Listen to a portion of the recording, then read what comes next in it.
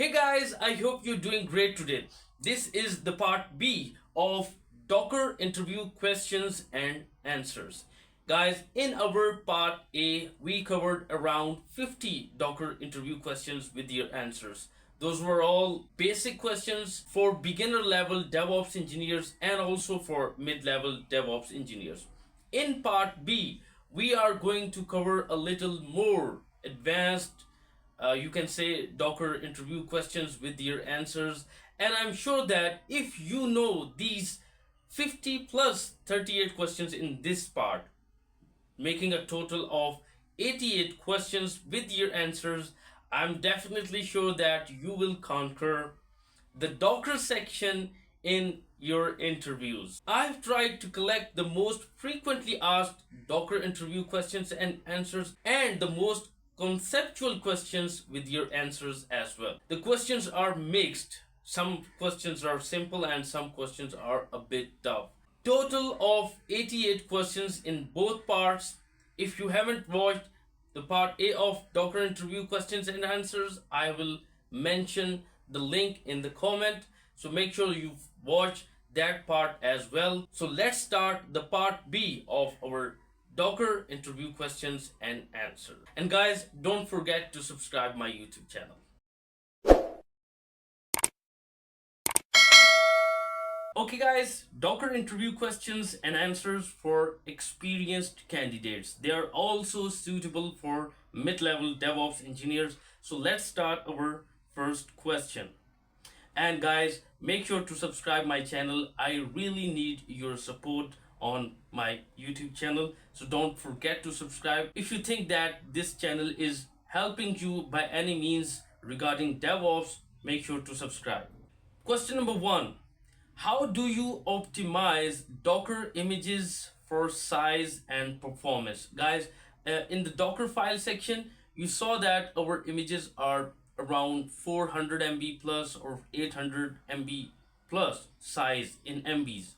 So we want to have our images in less size, less than 100 MB. So what should be the practices that our Docker images are in the lowest possible image size? So the answer is, first step is to use multi-stage builds. I have a full lecture on multi-stage builds in which we can have multiple from instructions and we can use this practice to get the final image in a reduced size. So you can use one Docker image to build your application and a different lighter image to run it. The final image does not carry the baggage of the build tool and intermediate artifacts, reducing the size. The final image does not contain the binaries or the compiled packages, etc. So it only has the required packages and with a very less image size. So we can use the multi-stage builds. Minimize the layers. Guys, each run, copy or command, add command creates a new layer in the Docker image. We know that. So we can combine these instructions. I mean, the Docker file must have a minimum number of instructions. For instance, if we have run apt install Apache, we have run apt install Nginx, I should use only one run instruction and I should combine these instructions into a single one. So the minimum number of layers create the less size of the image. Okay, and we can use the and also we can chain the commands so that we have only single instruction. We should avoid multiple instructions in the Docker file.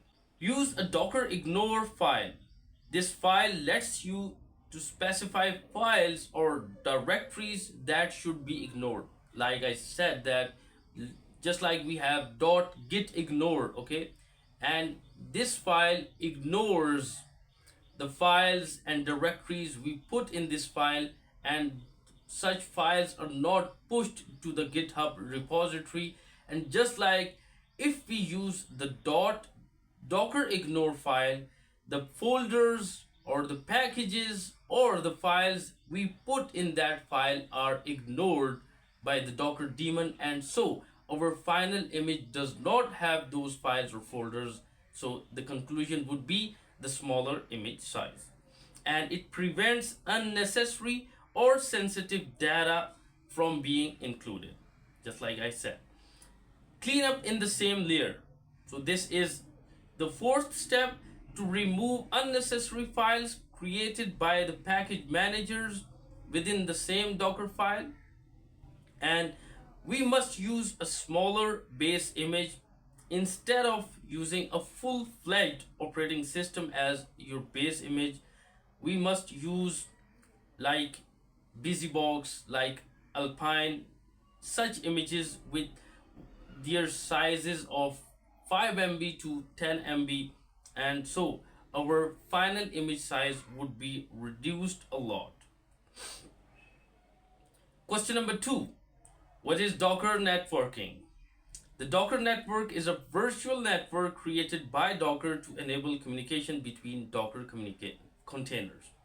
So we have a full chapter on that, in which we had a Docker network deep dive. We created our own customized network. We also used the host network. So the purpose of Docker network is to communicate multiple containers, to bring multiple containers on the same network, so that they can talk to each other easily without any issues. Question number 3. What are the types of network drivers in Docker? So there are actually 6 types of network drivers, or you can say these are the Docker networking types, okay? Bridge, overlay, host, IP VLAN, Mac VLAN, and the final one is none. Question number 4. Which one is the default network driver in Docker? For instance, I'm going to run a container and I do not specify any network. That container will use the bridge network as its default network. So bridge is the answer. Question number 5. Please explain the host network driver in Docker. Guys, I have a full lecture on networking deep dive, so you can clear your concepts from that lecture. We have discussed everything. Containers will not have any IP addresses.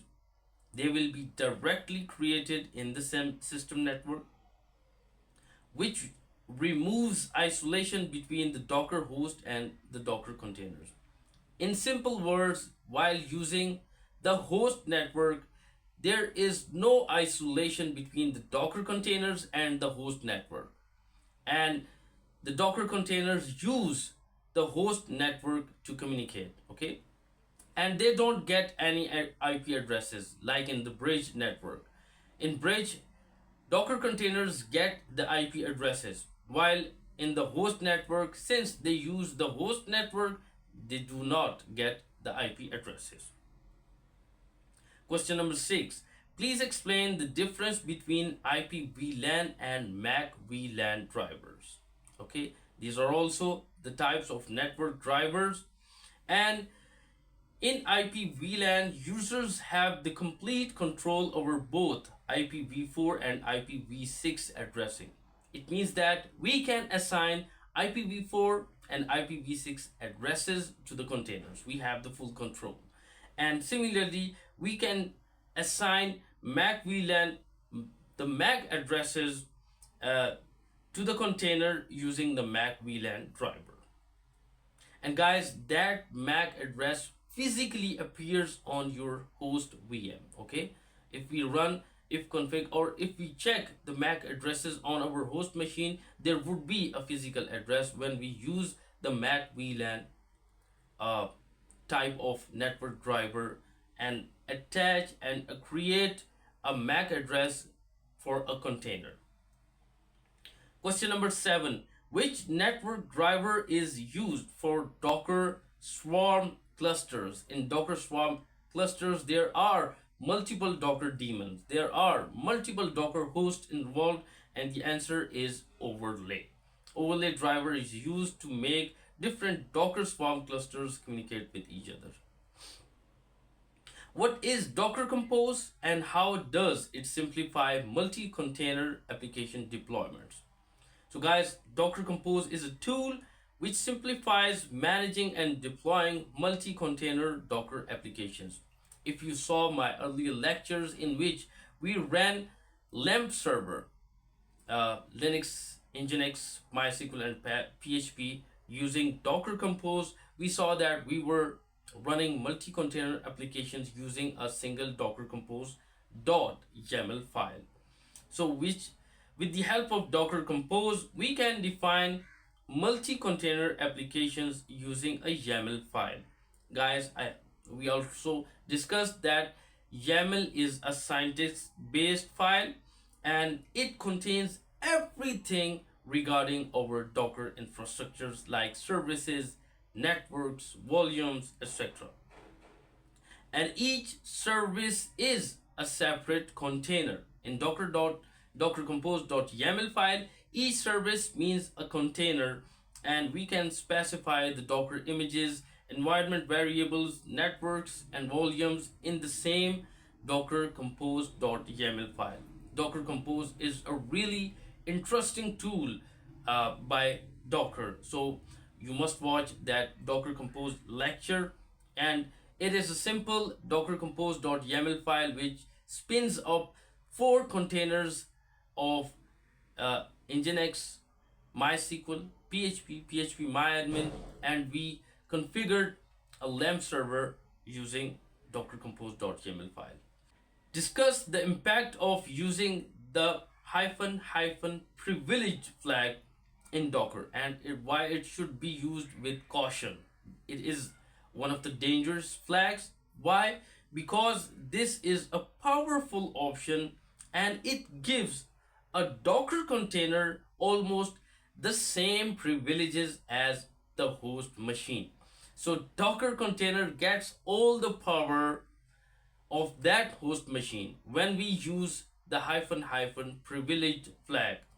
So we must avoid, and because it is not recommended that a container should get that power of the host machine, and because it overrides the security measures provided by the Docker containerization model. So that flag, we must have the knowledge of that flag, but we must avoid using it. What are the Docker secrets? Okay, Docker secret is a feature of Docker containers which allows us to use and store sensitive data in a safe and secure way. What kind of that sensitive data? Could be like SSH keys, API keys, database credentials, and your API or your application's sensitive credentials. We should create the Docker secret for these credentials. So question number 11, why should we use Docker secrets over the environment variables? We can use the .environment file, .env file to store our credentials in that environment file. But that practice is not considered much secure as compared to the Docker secrets. And what is the reason?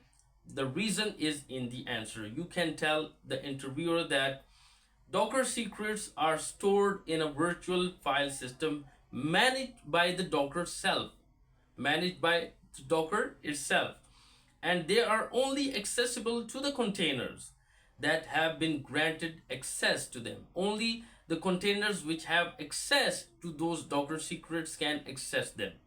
While using the environment variables, they are visible to anyone with access to the container, and it includes processes running within the container, and anyone who has the access to that container can get those secrets from the environment file or using the environment variables. So we must use Docker secrets. Okay, question number 12, where are the Docker secrets stored? We have Docker secrets, but where are they actually stored?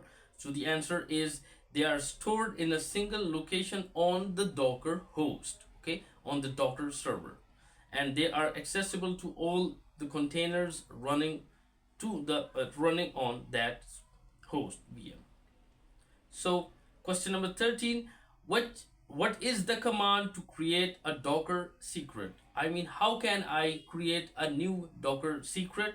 So the command is simple: Docker secret create and your secret. So it can create a Docker secret, and that Docker secret can be used further for the containers. Question number 14. What is a Docker compose.yaml file? What is this YAML file? Okay. And Docker Compose simplifies the control of your entire application stack. I just said earlier that everything regarding our application, like images, volumes, networks, services, ports, everything, passwords even, are managed by this single Docker compose.yaml file. This is one of the most powerful features of Docker, to manage multiple container applications using a single Docker compose.yaml file. And it makes it easy to manage services. Each service is a separate container. We can manage networks, volumes in a single comprehensible YAML configuration file. Question number 15, and which service would start first and why? We have this code snippet, okay? And we can see that we have version, we have services, two services, API service and the database service.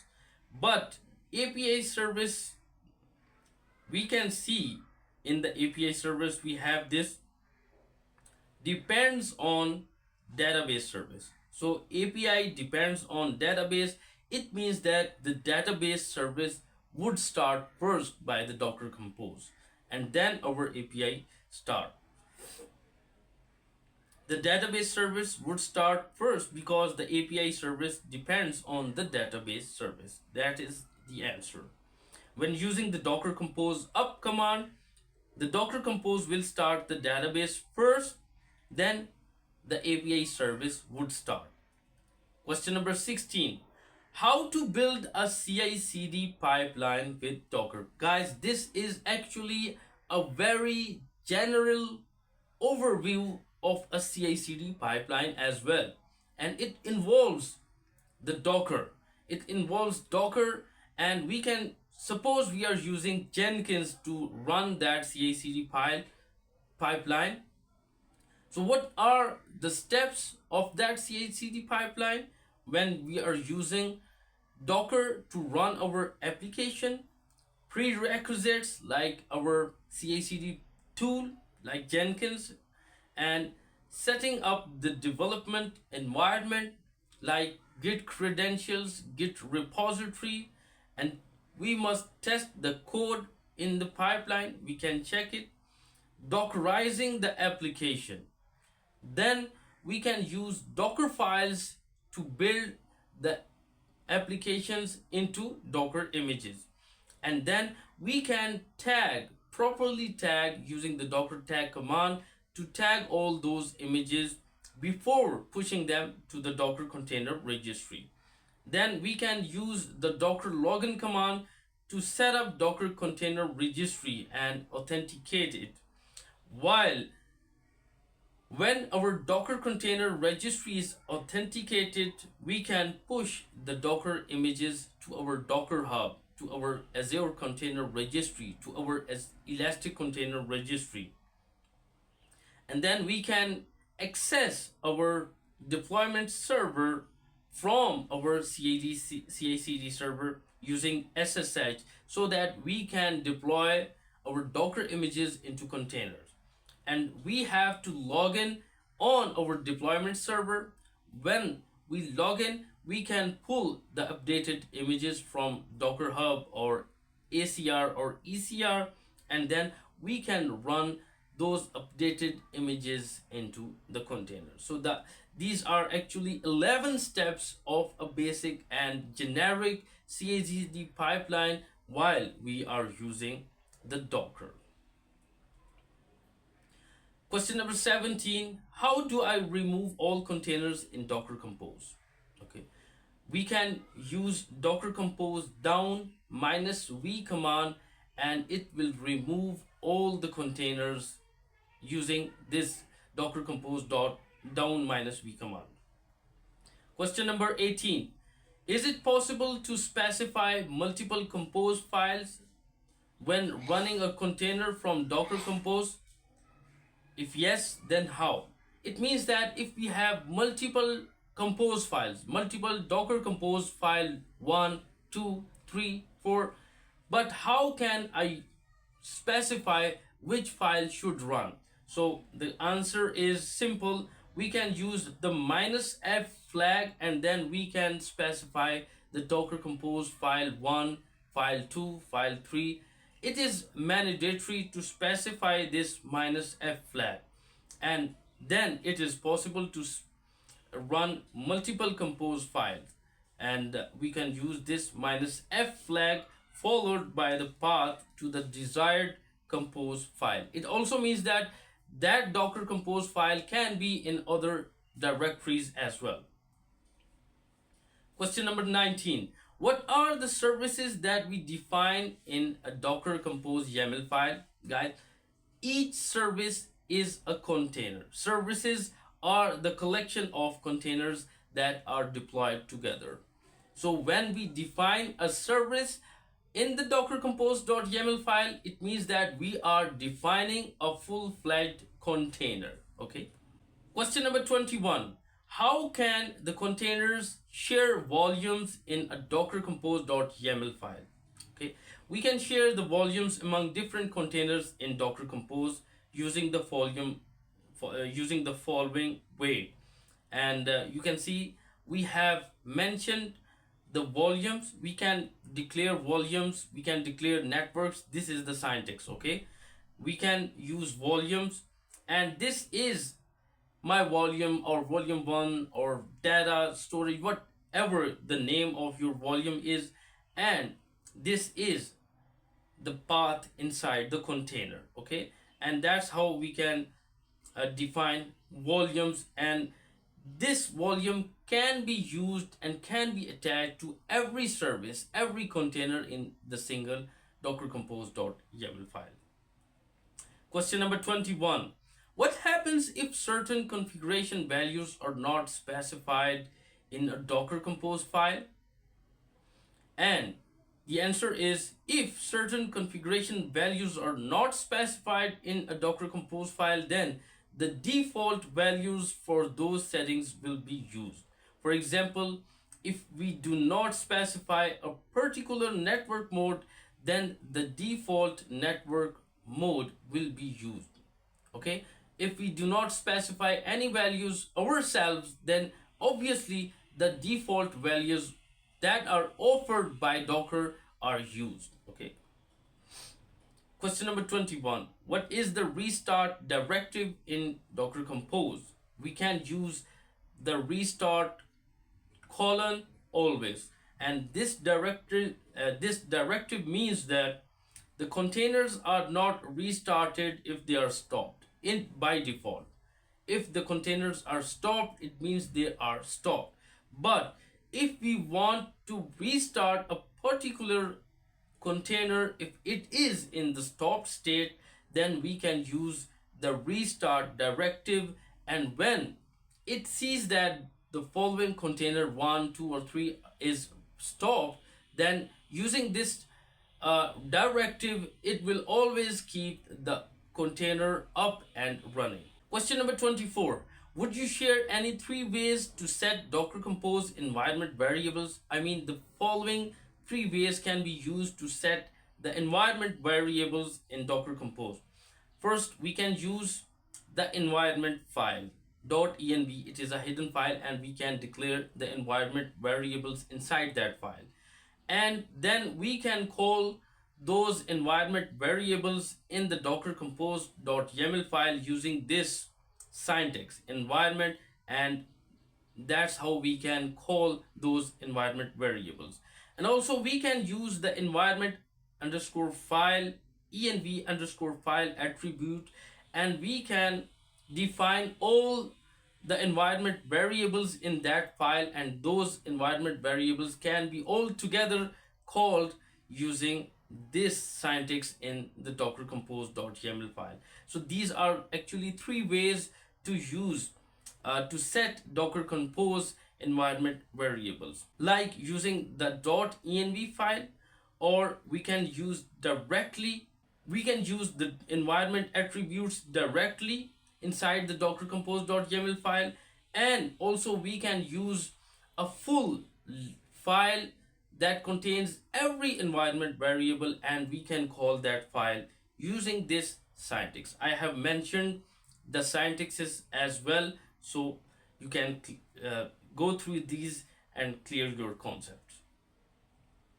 Question number 25. While running Docker Compose commands, can we override the environment variables? Okay, now we understand that we have defined the environment variables using these three ways: .env, or calling the environment attributes directly in Docker Compose, or using a list or a file list in which there are all the environment variables in that file. But I want to override the environment variable in the past three ways. Okay, I want to use a new environment variable, so we can do that. But how? We need to set an environment variable with the same name in our shell.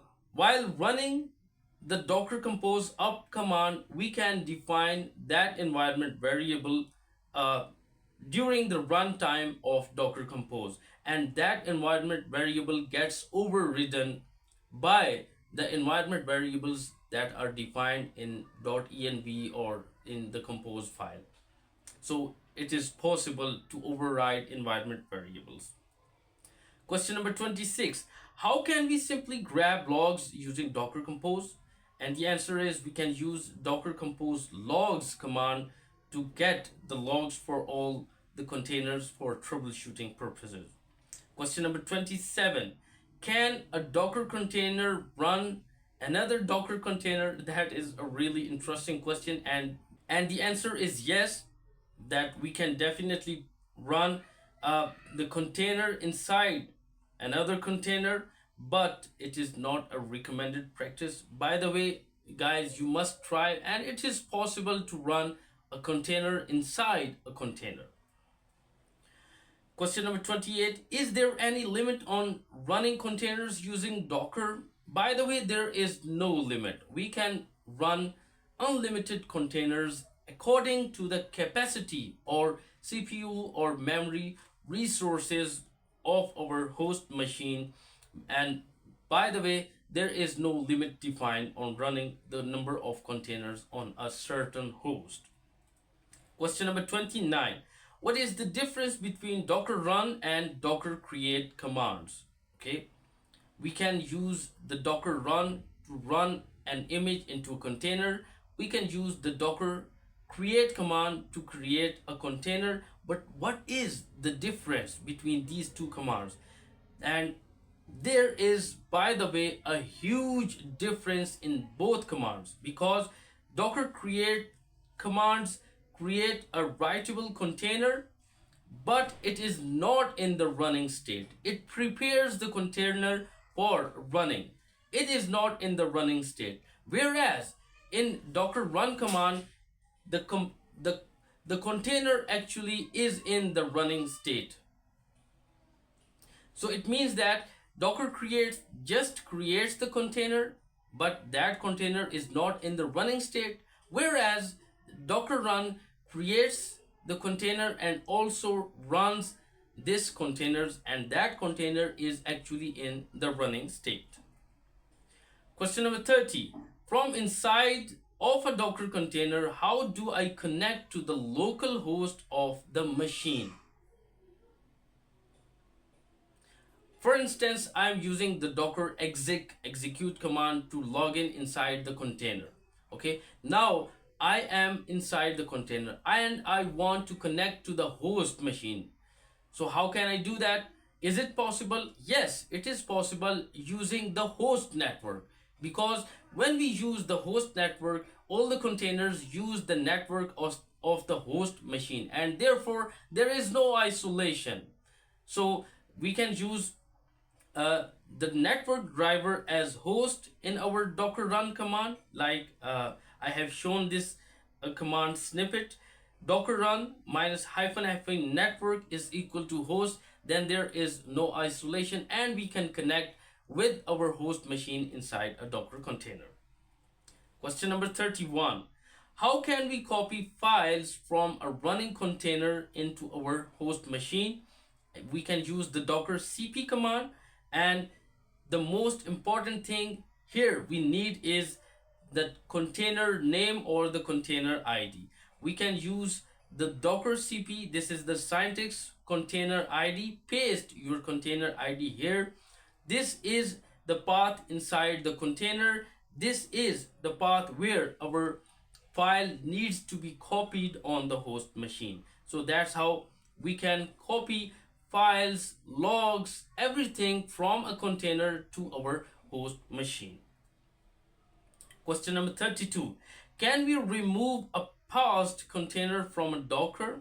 A container which is in the paused state. Docker pause command is used to pause a container. That container is not in the stopped state, by the way. This is a very important concept. If we use the docker pause command, that container is in the paused state. It is not running either, but it is in the paused state and we cannot remove that container. To remove a container, it must be in the stopped state, okay? And the answer is no, it is not possible to remove a container if it is in the paused state or if it is paused. Question number 33. How far do containers scale?